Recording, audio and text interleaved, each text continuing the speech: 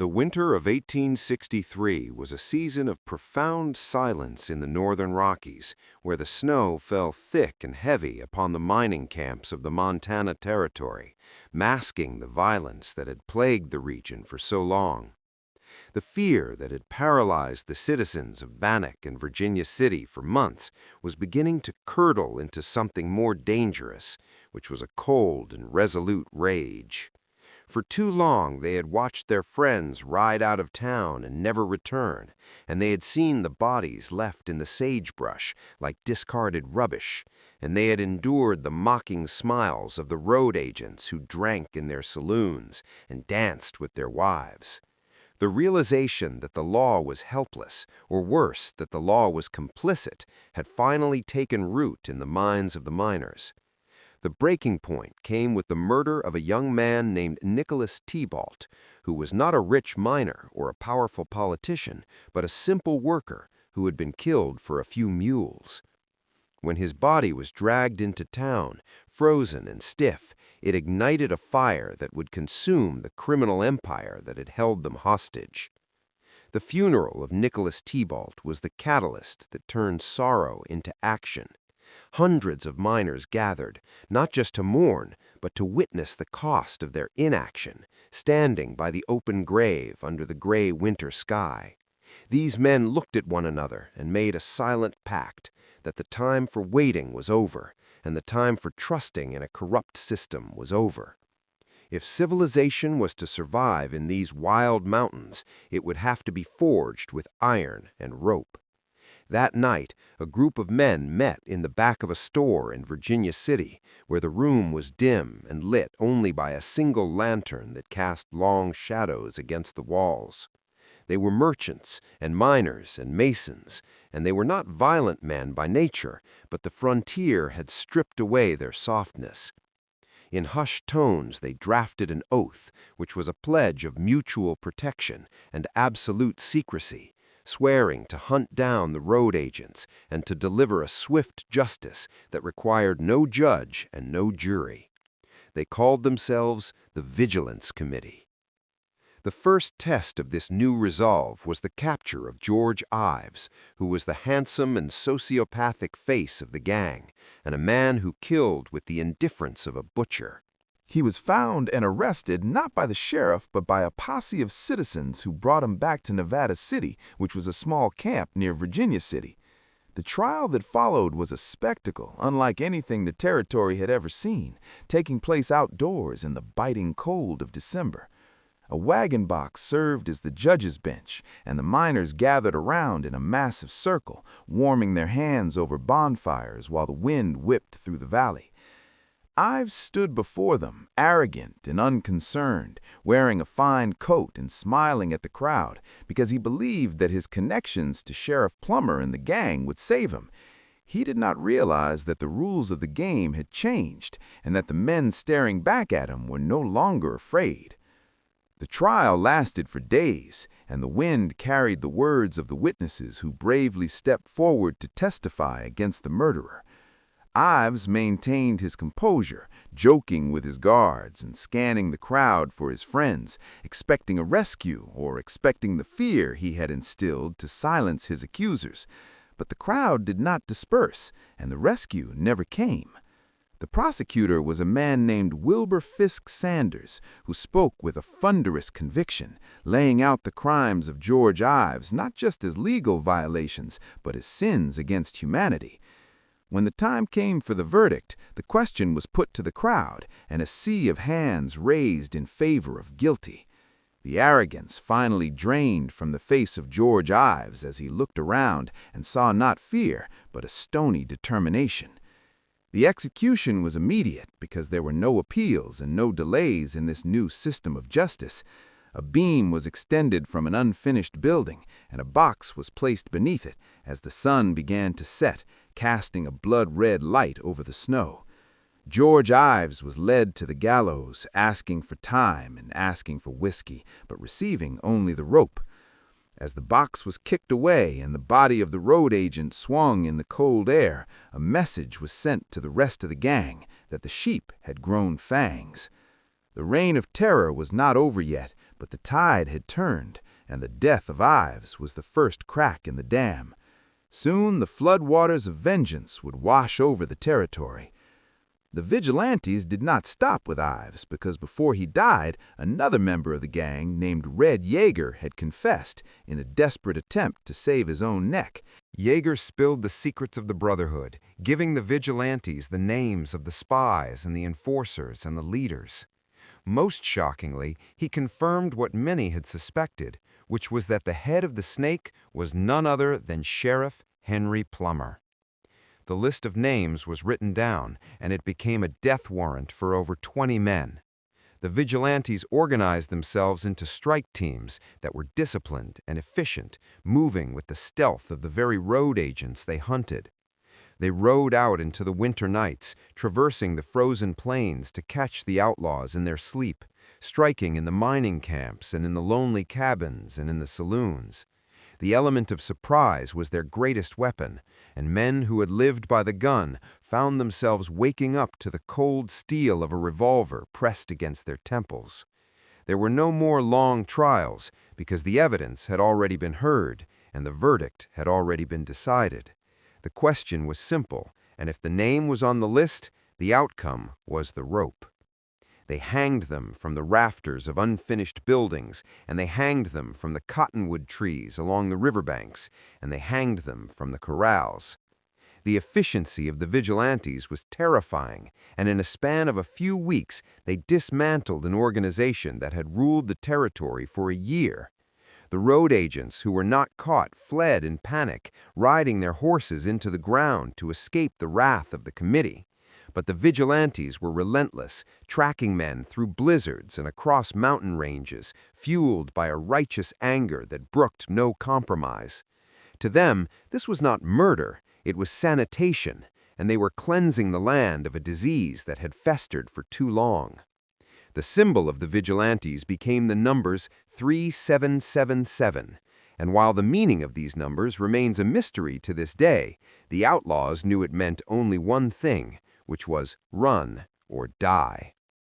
The final and most painful task for the vigilantes was dealing with Henry Plummer, who was the man they had elected and the man they had trusted and the man they had invited into their homes. The betrayal felt personal, and on the night of January 10th, a group of 50 vigilantes rode into Bannack. The town was quiet, and the snow muffled the sound of their horses' hooves as they moved through the streets like ghosts, surrounding the cabin where the sheriff lived. Plummer was found resting on a couch, and he was taken by surprise before he could reach for his gun. He was marched out into the cold night along with his 2 deputies, Buck Stinson and Ned Ray. As the reality of his situation set in, the composure of the gentleman sheriff began to crumble, and he pleaded for his life, offering to leave the territory and never return. He begged for time to pray, and he begged to see his sister-in-law. It was a pathetic display from a man who had ordered the deaths of so many without mercy. The vigilantes listened in silence, and they were not moved by his tears, because they knew that the men he had killed had also begged for their lives.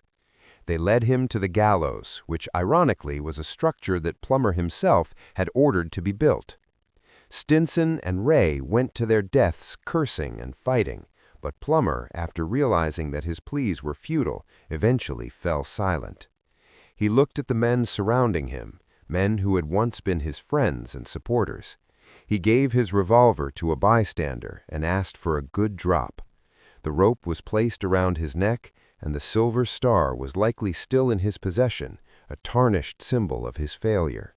When the command was given, Henry Plummer fell into the darkness.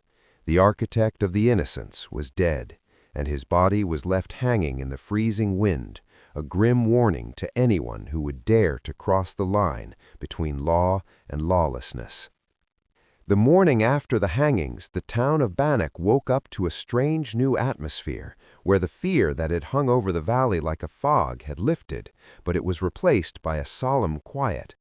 The violence of the vigilantes had been necessary, but it was also traumatic, because good men had been forced to do terrible things. They had become executioners to save their community. The bodies of the sheriff and his deputies were cut down and buried in shallow graves on a hill overlooking the town, where there were no eulogies and no headstones. They were simply put into the earth and forgotten. The vigilantes did not disband immediately, and they remained active, ensuring that the remnants of the gang did not regroup. They posted warnings in the camps and on the trails, and the sight of the mysterious numbers 3777 painted on a tent or a cabin door was enough to send shivers down the spine of any man with a guilty conscience. The crime rate in the territory dropped to almost zero, and a man could once again walk the road with a bag of gold dust and fear nothing but the weather. The message had been received that the innocents were gone, and the guilty had paid the price.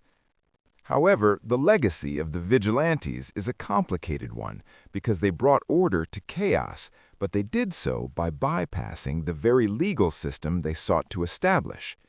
They proved that in the absence of law, the people have the right to defend themselves, but they also showed how thin the line is between justice and vengeance. The story of the Montana vigilantes is not a story of heroes in white hats, but a story of desperate men in a desperate time who did what they believed was necessary to survive. The ropes that swung in the winter of 1864 cast a long shadow that still stretches across the history of the West.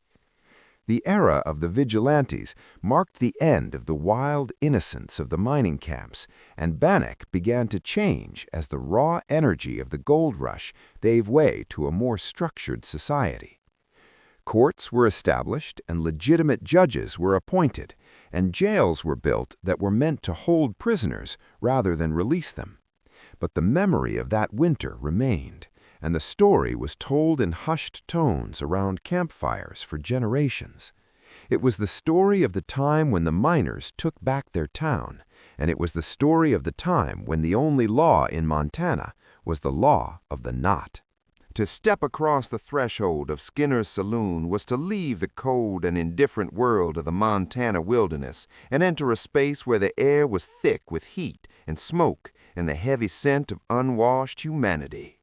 It was more than just a place to drink, because in the chaotic winter of 1863, it was the unofficial capital of the underworld and the beating heart of the criminal empire that held Bannack in its grip.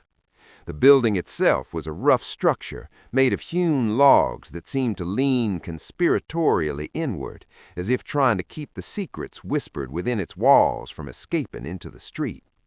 The windows were small and often clouded with the condensation of breath and tobacco smoke, creating a barrier that separated the honest men outside from the wolves inside.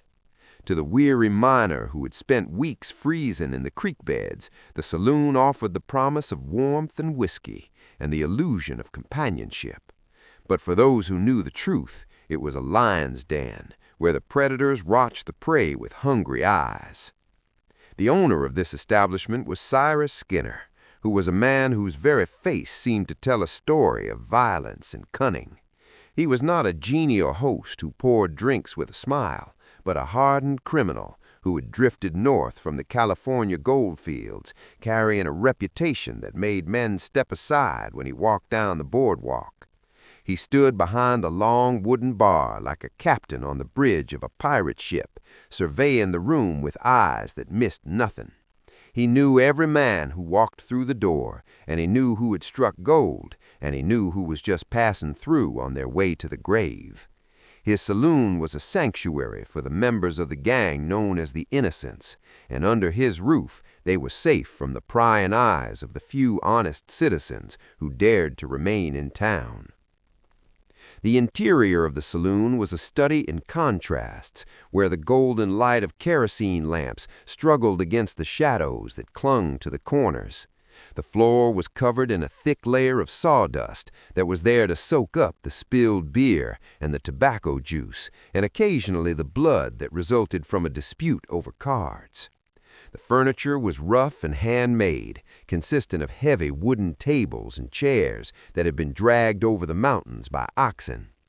At the center of the room was the bar itself, which was polished by the elbows of 1,000 men and scarred by the knives of those who had carved their initials or their frustrations into the wood.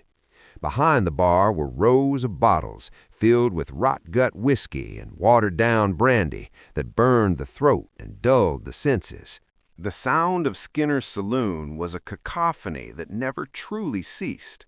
There was the constant murmur of voices rising and falling like the tide, and the rhythmic clinking of glass against glass, and the scraping of heavy boots on the floorboards. In the corner, a fiddle player would often saw out a lively tune, trying to inject a spirit of merriment into the gloom, but the music often felt forced, a desperate attempt to drown out the reality of the harsh frontier. The most dominant sound, however, was the clatter of the gambling tables, where men gathered to test their luck, faro and monte and poker. The slap of the cards on the table and the rattle of the chips were the heartbeat of the room, drawing men in like moths to a flame. It was at these gambling tables that the true business of the saloon was conducted. The innocents used the gaming tables not just to win money, but to gather intelligence.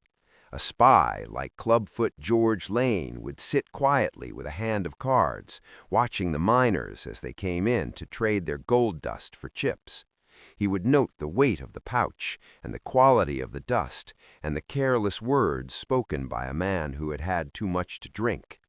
A miner might boast of his luck, or mention that he was planning to ride out to Salt Lake City in the morning to bank his fortune. These words were like blood in the water, and the spy would catch the eye of a road agent across the room, and a silent signal would be exchanged. The fate of the miner was sealed before he had even finished his first drink. The atmosphere in the saloon was charged with a tension that was almost palpable.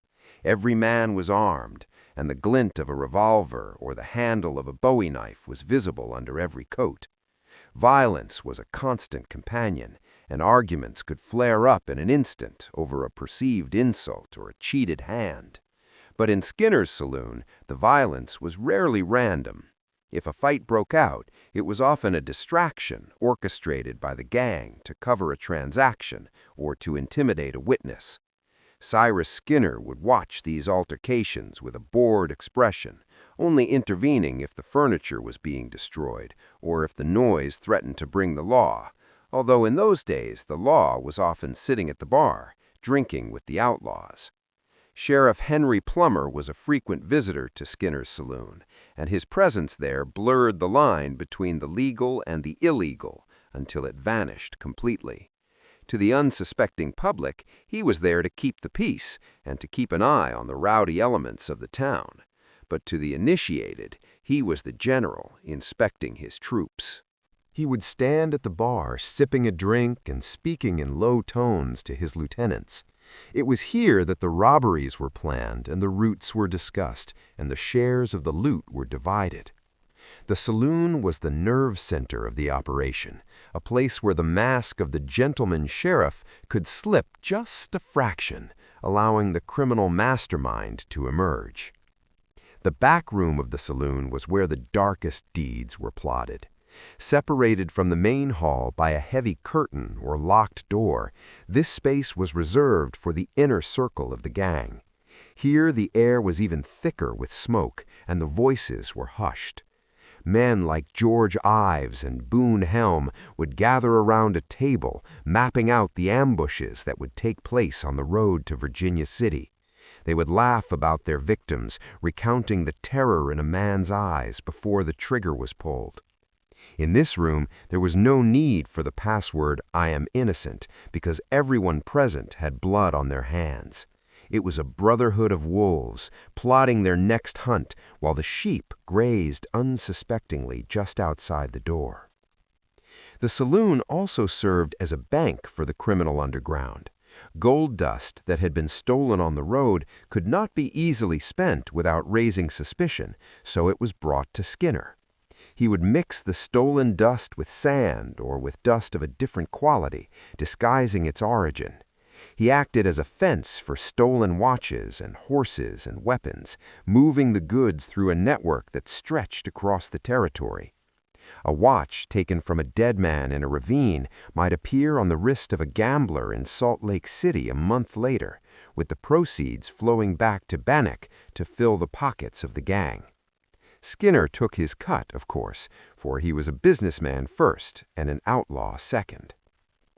For the honest miners of Bannack, Skinner's saloon was a place of temptation and danger. They knew the reputation of the place, and they heard the whispers about what happened to men who flashed their money there. Yet they continued to come, driven by the crushing loneliness of the winter and the desperate need for human connection. They told themselves that they would just have one drink or play one hand of cards, but the saloon had a way of trapping men. The warmth and the noise were addictive, and as the whiskey flowed, the caution faded. A man would forget that the friendly stranger buying him a drink was memorizing his face and his horse. He would forget that the laughter around him was mocking. He would walk out into the night stumbling and happy, never realizing that he had just signed his own death warrant. There were women in the saloon as well, known as hurdy-gurdy girls, who danced with the miners for the price of a drink or a pinch of gold dust.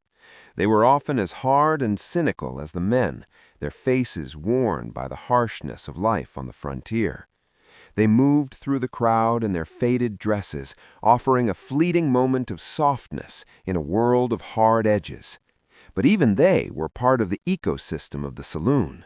They heard the secrets, and they saw the signals, and some of them were lovers or wives of the outlaws, bound to the gang by fear or loyalty. Their presence added a layer of tragedy to the scene, reminding the observer that in this place every human emotion, including love and desire, was commodified and corrupted. As the winter wore on, the atmosphere in Skinner's saloon began to change. The disappearances on the road became too frequent to ignore, and the anger of the townspeople began to rise. The easy arrogance of the gang began to be replaced by a creeping paranoia. Men would look over their shoulders more often, and hands would hover closer to their guns. Cyrus Skinner could feel the shift in the wind. He noticed that the honest miners were coming in fewer numbers, and that they were drinking with a grim determination rather than a sense of release. He saw the way they looked at him with eyes that were no longer just wary, but calculating. The predator was beginning to sense that the prey was turning. The vigilantes were forming in the shadows, and their spies were beginning to infiltrate the saloon. A man sitting quietly in the corner might not be a drunken prospector, but a member of the committee, listening and watching. The hunters were becoming the hunted. The secrets that had been safe within the log walls were leaking out. The name of Henry Plummer was being whispered, not with respect, but with suspicion. The sanctuary was becoming a trap. Yet the outlaws continued to gather there, bound by habit and by the belief that they were untouchable. They drank to drown their fears, and they gambled to distract themselves from the noose that was slowly tightening around their necks. On the nights when the wind howled down the canyon, shaking the logs of the saloon, it felt as if the ghosts of the murdered men were trying to get in.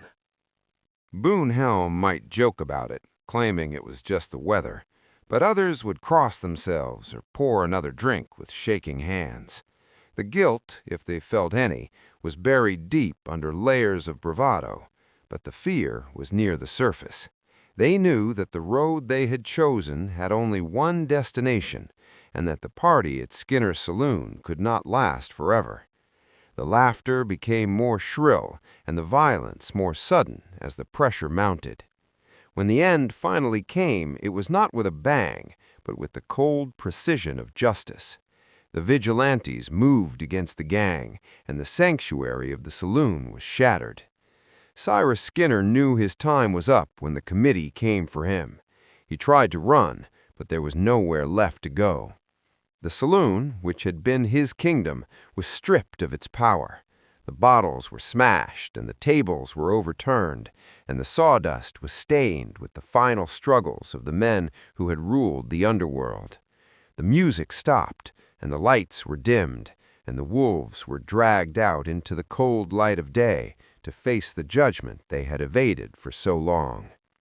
After the hangings, Skinner's saloon stood empty for a time, a hollow monument to the reign of terror. The wind blew through the cracks in the logs, whistling a mournful tune that replaced the sound of the fiddle. The ghosts of the outlaws seemed to linger in the shadows, their presence felt by anyone brave enough to step inside. It was said that if you listened closely, you could still hear the clink of gold dust on the scale and the hushed whisper of the password, "I am innocent." The building eventually fell into ruin, reclaimed by the earth and the elements, but the memory of what happened there remained. The story of Skinner's Saloon is a testament to the dual nature of the frontier, where civilization and savagery existed side by side, separated only by a thin wall of logs. It was a place where men went to escape the cold, only to find a darkness that was far more chilling. It was a stage where the drama of the gold rush played out in all its greed and violence. To understand the history of Bannack, one must understand the saloon, for it was there that the fate of the town was decided night after night over a deck of cards and a bottle of whiskey. Today, the site where the saloon stood is quiet, and the noise of the gambling and the shouting is gone, replaced by the silence of the high plains. But the legend of Skinner's Saloon endures, a dark chapter in the story of the West that refuses to be forgotten. It serves as a reminder that evil does not always hide in the wilderness, but often sits right next to you at the bar, smiling and buying you a drink while it waits for the perfect moment to strike. The dust has settled and the gold is gone, but the echoes of the gathering place of the outlaws still resonate in the history of Montana.